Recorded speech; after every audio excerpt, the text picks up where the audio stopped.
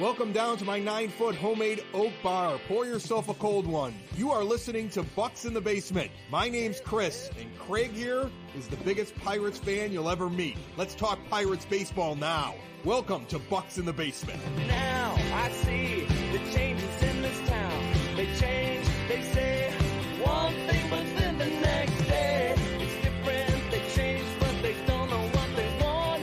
All they do is change. Going left, going right, travel day, travel night. That's where we'll go. No excuses, no goodbyes, no one cries, no more lies. We'll never know.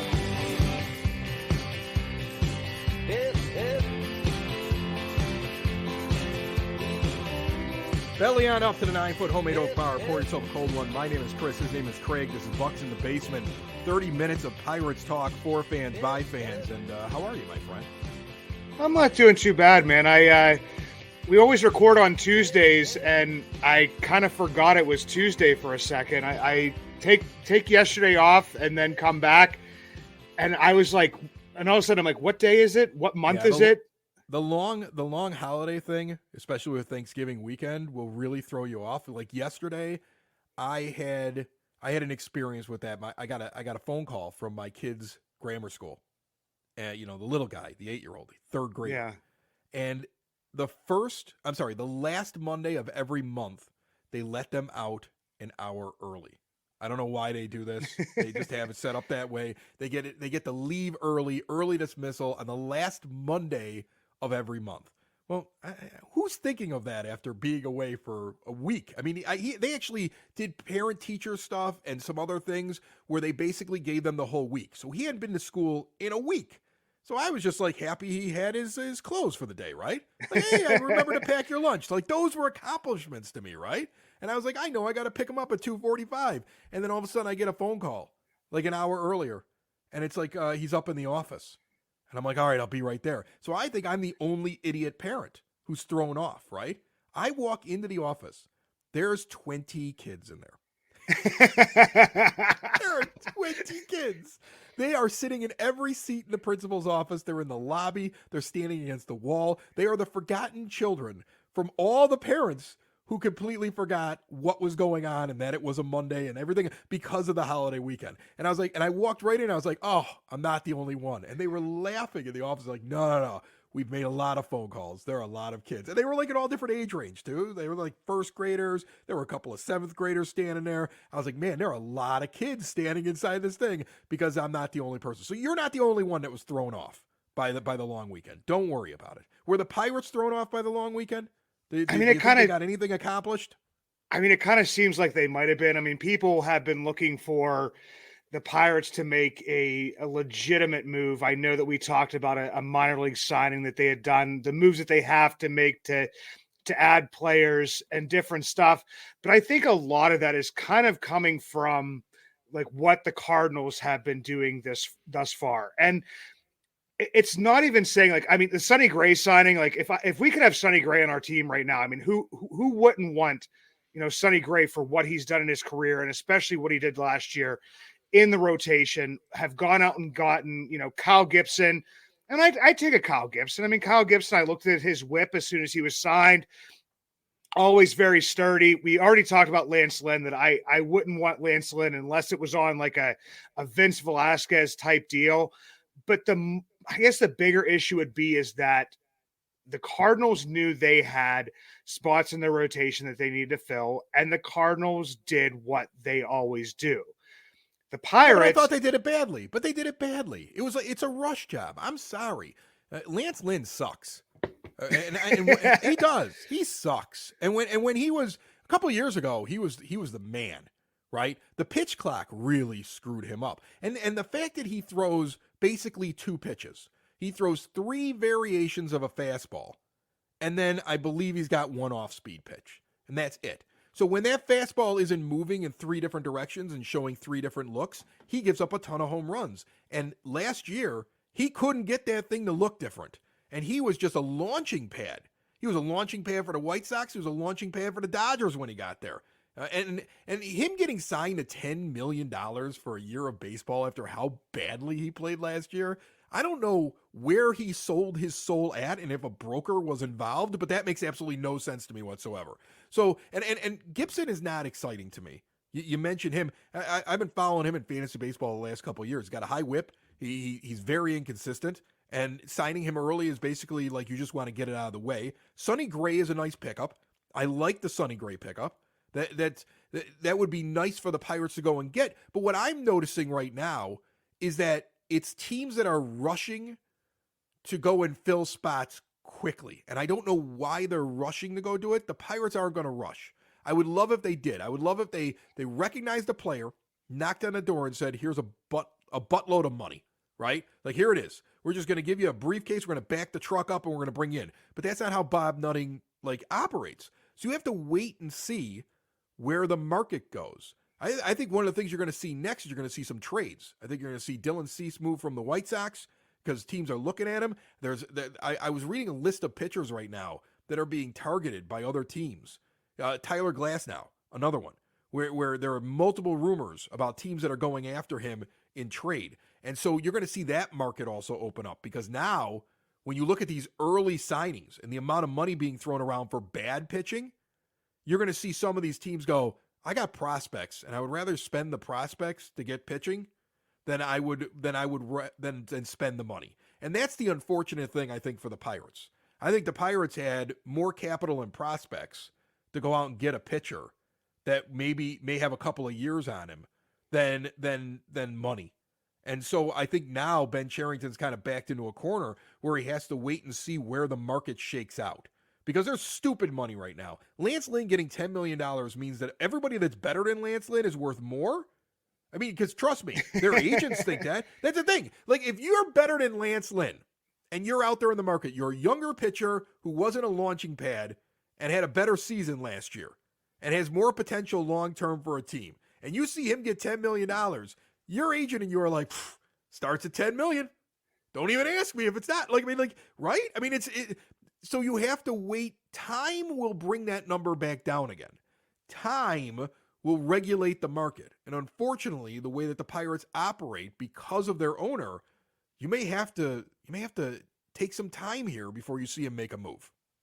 Yeah, and I think a lot of the information or a lot of the stuff and the feelings that we get, especially I shouldn't say in this business, in the podcasting and in the business of, kind of covering the Pirates and different stuff, is a lot of the information you get is from social media, and everything in social media is a hot take. It's a hot take. So it's like, so if we went and signed Lance Lynn, there would be the same subset of fans that would be saying, why are we signing this old bum to this much money? But because we didn't sign him, it's that the Pirates are cheap. The other part here's the thing, which guy of those three guys, the only one that I'd be interested on this team would be Sonny Gray, because Sonny Gray is somebody who's pitching at a high level and you're signing him to a multi-year deal, and that's what you need to do. Lance Lynn at $10 million for 1 year would have done you no good. You would have sat there and saw that deal and said, oh, they're hoping he does a bounce back and they could trade him for prospects at midseason. And we're done with that, right? We don't want that. And Gibson is not the kind of guy that you want in this rotation if you're going to try to convince me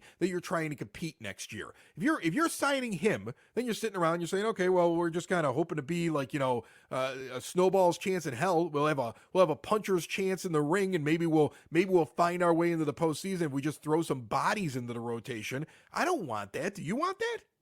No, I don't really want it. And for Gibson, I looked, and his whip last year was 1.318. The year before that, 1.336. He did have a pretty good whip, 1.290. I think he was a tale of two. I think he was a tale of two seasons, though. I think he was hot in the first half, and then he reverted back to what he had been the year before. So that's how I remember him. I could be wrong. Okay. But I believe that because I was following him. That's the thing. I get into there's a reason why my fantasy baseball team perennially wins championships. And yours is in last place every year. Because I really watch pitchers and I try to find trends, because it's the key in our league is to have strong pitching and deep pitching. And so I was looking at him a lot. And I was like, wow, he's kind of above his skis. He doesn't normally pitch at this level. And then I saw him regulate back to what he was. And that ended up with that whip. If you would have taken it, I think if you take his second half of the season, he's far worse. So yeah, I think he's one of those guys where I'm not relying on him definitely for a long term window or for sustained winning like what I want the Pirates to go and do. And they need to go get pitching because Oviedo's out now, and so you've got to find some arms. Yeah, and I mean that was something we had talked about previously. I mean, Oviedo it was being discussed that he was, gonna possibly get Tommy John. Now it's on the record that he is getting Tommy John. So, I mean, at this point in time, you have Mitch Keller. Uh, And hopefully, that's it. and That's that's it. it. I was looking at Fangraphs, like Fangraphs like tries to guess depth charts, and sometimes they're wrong. Like I've actually called Jason Martinez, who puts up the roster research stuff and his projected lineups, and I've called him before, and I've said, hey, listen, locally, this isn't the plan. And he'd be like, really? I'm like, yeah, just take a look, because if you look at the local take on this player, I don't think he's a starter, or I don't think he's going to be used in that way. His guess at the rotation is Mitch Keller, Luis Ortiz, Bailey Falter, Quinn Priester, and Roanzi. Now, And you know what? Maybe that's what it is. But I mean, when you look at that rotation, you know that you need to add arms to that rotation. You know you need to add arms to that rotation. That's a lot of question marks and hope is what that is. yeah, I hope this guy takes another step. I hope this guy takes another step. I hope this guy reverts back to what we thought he was going to be 2 years ago. I hope this prospect all of a sudden advances next. There's too much hope and finger crossing there. You have to add to that. yeah, you definitely have to add to that. And I mean, I feel like he's kind of. I mean, I don't know who else you would put in there other than maybe Andre Jackson, but that would be taking Bailey Falter out and putting Andre Jackson in. So it's kind of showing like what is there right now. I mean, I know there's people we talked about last week that they're possibly on the cusp. But yeah, I mean, it's known that you have to add. I know that Ben Cherington came out and said that he is going to add. There's been reports from like Robert Murray, who's fairly tied in, to saying that they're going to, shop in, they're going to be more aggressive for at least 2 starting pitchers. I just think it's that impatient nature. And I understand it as a fan. I mean, I wish that we knew what was going to happen or who they were going to sign. But until it actually happens, and it's not like anybody outside of, St. Louis has really gone out there. I know Kenta Maeda got signed by the Tigers. The Tigers are good for that, man.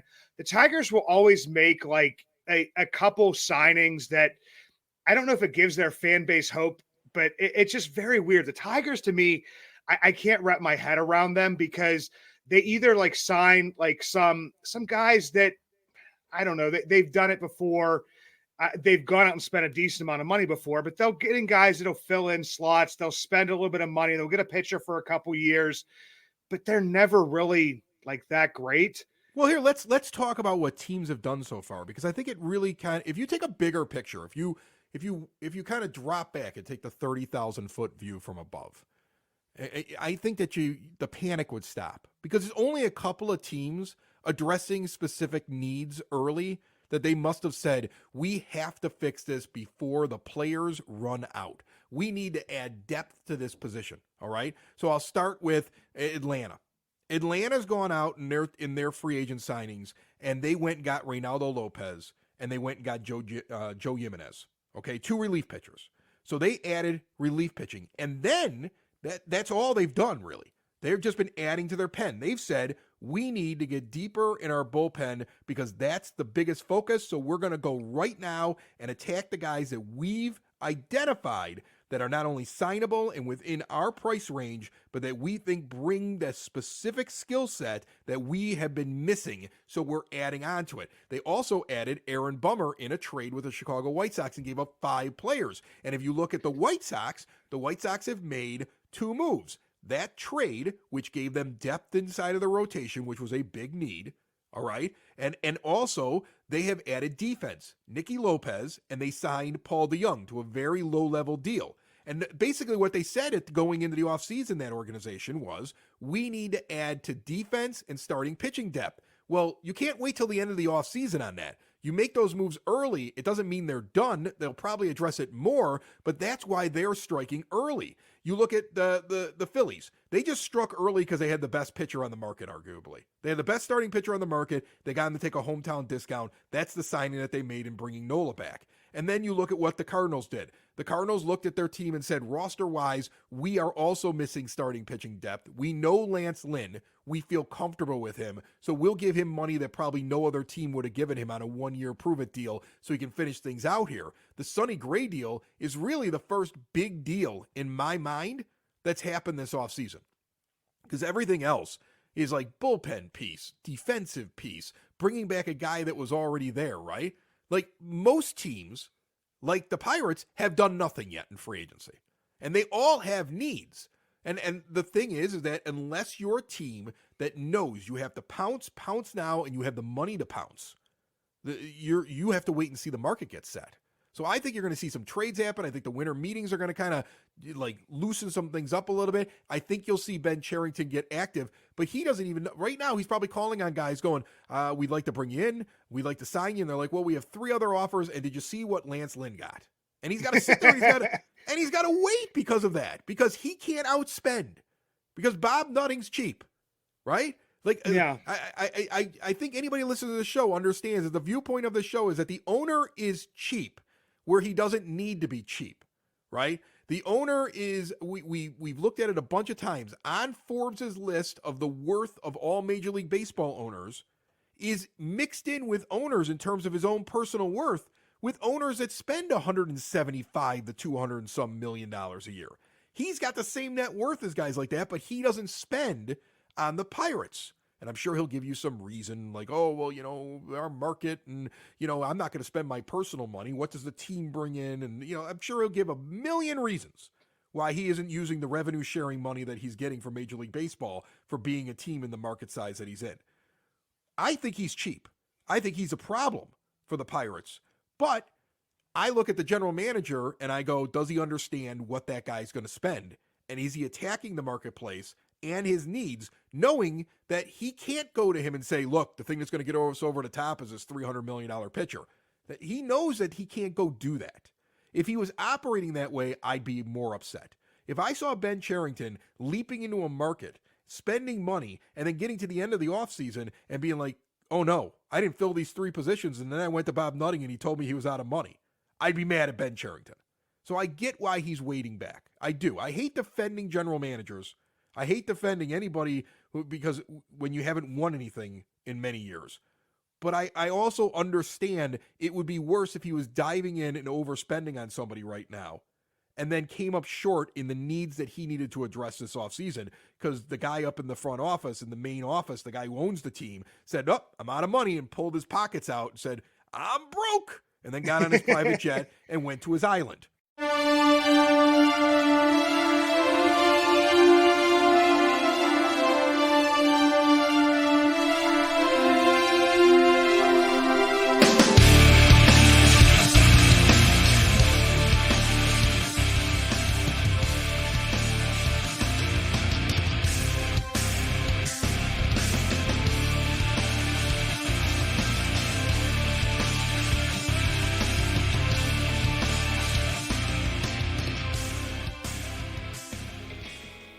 If you ever see me out and about in Pittsburgh, you will always recognize me, and not just because of the white beard, but also because of the Y that is always on top of my head, the hat I always wear.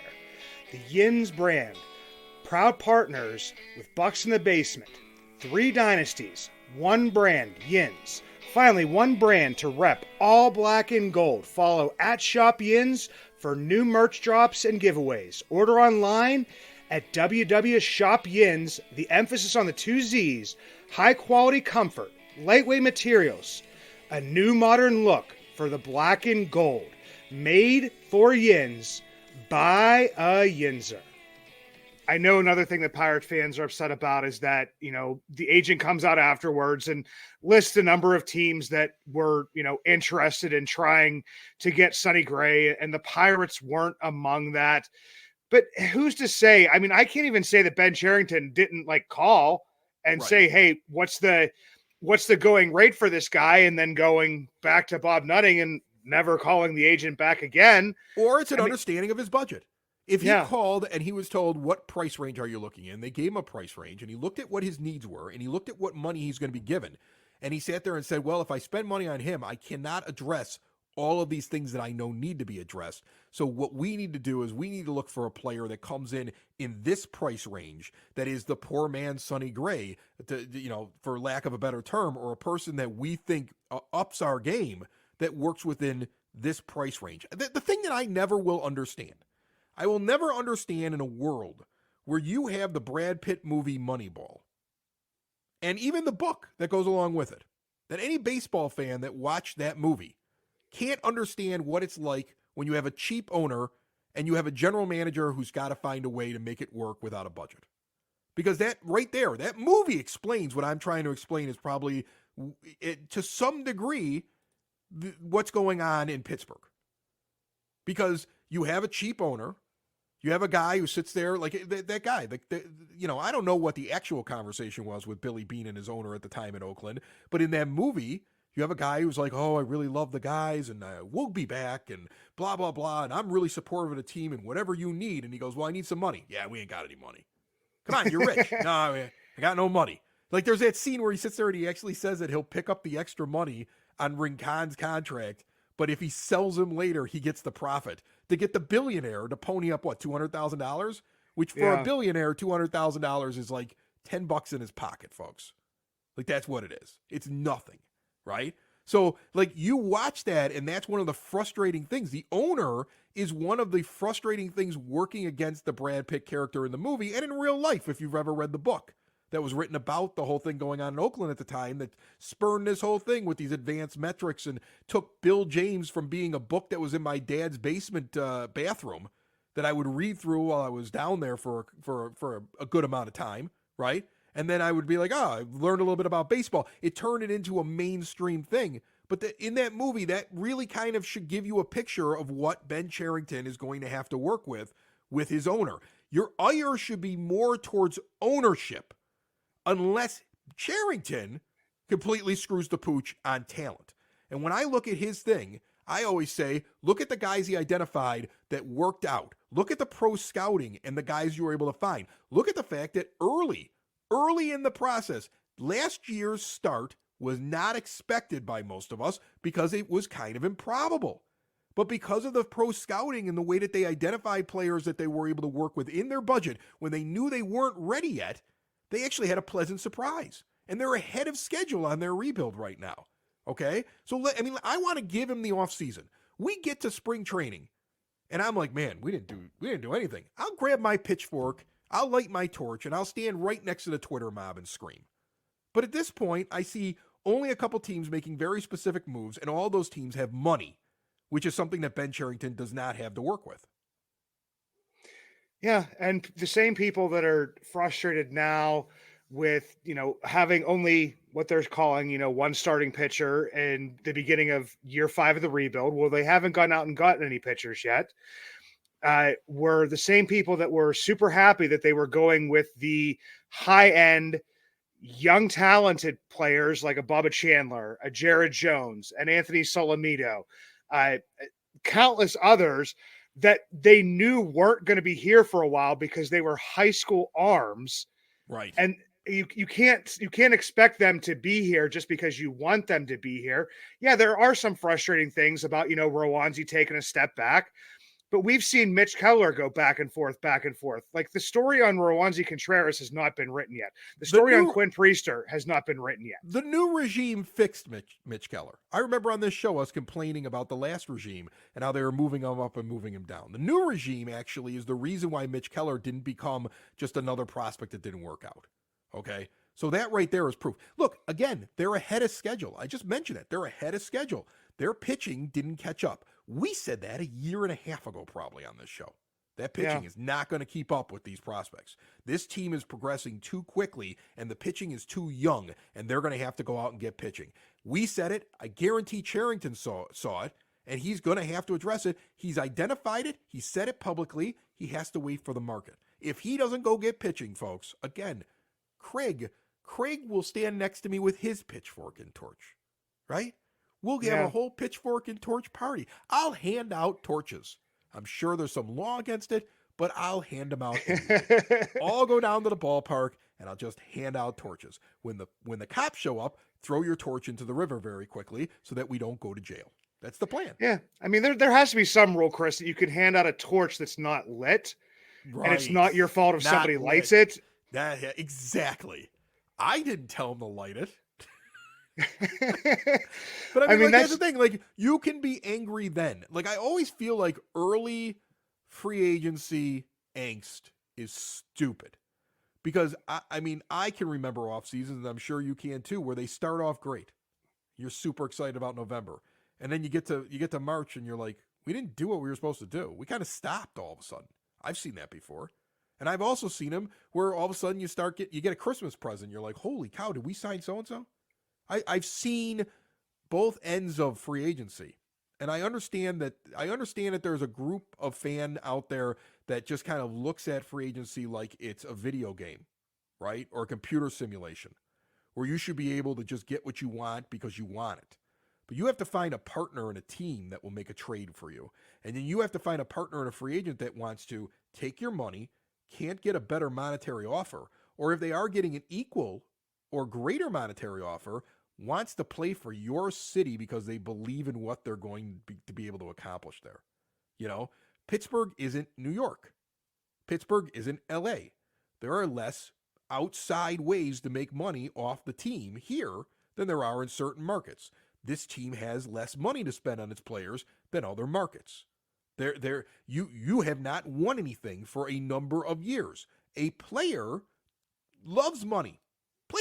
People love money, right? And it's easy for us to sit there and say, like, oh, if somebody gave me money, what would be the difference between 12 million and 13 million? Or what, right? We could say what we believe, right? But when you live in that tax bracket, you know that the government's taking 50% of it, and wherever you live, you're going to get hit with something else, and you have these crazy expenses, and this is how you live your life. And then you know you're going to have to go and play 162 games a year with a franchise. You want to know whether or not you trust the franchise to be a good place to play. Am I going to enjoy this? Are we going to win? Is it worth it? Is the other offer better when I look at everything that's sitting there in my future, in my career, and will I become a marquee player that can make more money the next time around? So there's all these factors here, and everybody just gets angry because your general manager didn't address all of your problems before December the 1st. I mean, it's ludicrous. Yeah, it's a goofy way of thinking, Chris. And the other part is, like, I mean, I even have told people, like, I just don't talk trades. I'm not just a big fan of it, like, whatsoever, because, like, you would have to know every single team in Major League Baseball, inside and out, not only their Major League team, but their minor league organizations. You would have to know the general managers and all of the assistant general managers and the scouts and anybody else involved with the team, and what they're thinking and what they believe their team's needs are. Their internal notes and what they think of these players too, you'd have to know. Yeah. And you would have to know so much. And it's always like the things that I see is like, okay, well, we're going to get rid of Nick Gonzalez and Quinn Priester because they showed up and we don't think they are what we thought they were before in this little small sample size. And we've got these other guys sitting behind him. We got Tamar Johnson maybe coming up, to Altoona this year, and he's going to be our next guy. Man, that's the craziest thing. That's why it's like I can't even predict who the Pirates are going to sign. I have no idea why I would try to predict what team I would make a trade with and what prospects I would trade, just because it to me, like, it would just be a wasted exercise and a waste of my time. Well, I mean, even think of the trade that we mentioned when we were going through what teams did. That was a 6-player trade, a 1-for-5 when the Braves went and acquired Aaron Bummer. All right?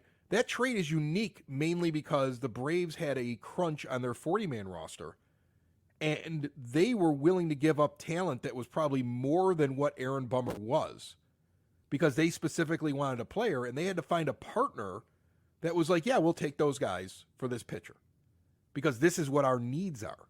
And it was a trade that was, no article was written, nobody predicted, nobody had him going there, nobody had those players being the ones that were moved. There was no Jeff Passan article about it or anything like that. There was none of that stuff. There was nothing on MLB Tonight about it, right? So that's why trades, like predicting trades, is just crazy to me because you don't understand exactly what each place is thinking about, and there's something you might not even have noticed. I mean, that was an improbable, weird trade. I mean, that trade involves a guy who was a runner-up in the Cy Young, who had his Achilles go out on him and was out of baseball for 2 years, and just got a little bit of a getting used to it in mostly AAA last year. If that guy recovers and Mike Soroka becomes like a front-end starter again, people will laugh about what the Braves gave up in that trade. So, and nobody even thought about those guys being moved. So that's the whole thing with trades, folks. I mean, you really, it's cute to kind of come up with and try to say, oh, if we move this. But the only thing I can say about the Pirates is I know that they have depth. I know that they have pieces that they can move to acquire players. That they should be knocking on the door of teams that are selling right now if they think they can acquire somebody, right? I mean, like, perfect example. We mentioned Glasnow. We mentioned Dylan Cease with the White Sox. Those are two names that are out there that are floating around. So Cease has a couple of years left on his deal. He's a Boros client, though, so you better get ready to pay for him. So the Pirates probably wouldn't be interested in him because you're only going to get 2 years of him. And you're not going to be able to pay the money that Scott Boras is going to ask for with that guy, okay? But assuming a player like him is sitting out there and a team wanting to move on, does that team want major league ready prospects that are on the cusp? Or does that team want higher ceiling prospects that are 3 years away? Teams have different philosophies. Teams may be sitting there saying, I can't go through a 3-year rebuild. So while you're trying to match up what like people are doing, you don't know what they're looking for in terms of like even how ready these players are. You're sitting around going, oh, we got this great prospect. We got this guy in a list. We don't need him. Let's trade him. Not every team wants to sit around and wait 3 years for him, though. It all depends on what the other partner in the dance wants. So that's why I've never understood trades, man. I've just never understood like guessing on trades. You can guess on what you think you're deep at and you can offer. And you could say, I want these kind of positions back again. And you could maybe come up with a couple of teams that match up, but that's about as far as you can go predicting trades because there's just so many unknowns. Yeah, and I it's like I hate speaking in generalities. I wish I had more to give. I wish that, you know, I could tell people, okay, this is what's going to happen and different type of stuff. Like I wish I knew that myself too, you know, kind of as a fan, but I'm not going to go out there and do that type of stuff. I'm not going to go out there and pretend that we're in this microcosm, that the Pirates are the only teams that have ever struggled, you know, with having, you know, the pitching not come up and, you know, have all these injuries. I mentioned the Tigers before. We saw how the Tigers rebuild failed because of the pitching injuries. We saw how the Kansas City Royals rebuild failed. I believe they traded one of the players they drafted during the rebuild just this offseason when they drafted like 6 starting pitchers in like the first 6 rounds of, I think it was a 2018 draft. Those guys haven't worked out. So I can't play in those types of things. I can't play in these microcosms. I'd rather look at it from a general view and then react to the stuff when it happens. I think that was an excellent job remembering that we have a scroll that we never actually addressed during this 30-minute show. That was awesome. You're like, I never got to rebuilds that failed or any of the stuff in the scroll. That's the problem when Chris spends 45 minutes talking about his ongoing divorce with Craig and we don't show properly. And they were like, oh, let's just record it and wing it here on Bucs in the Basement. Now I see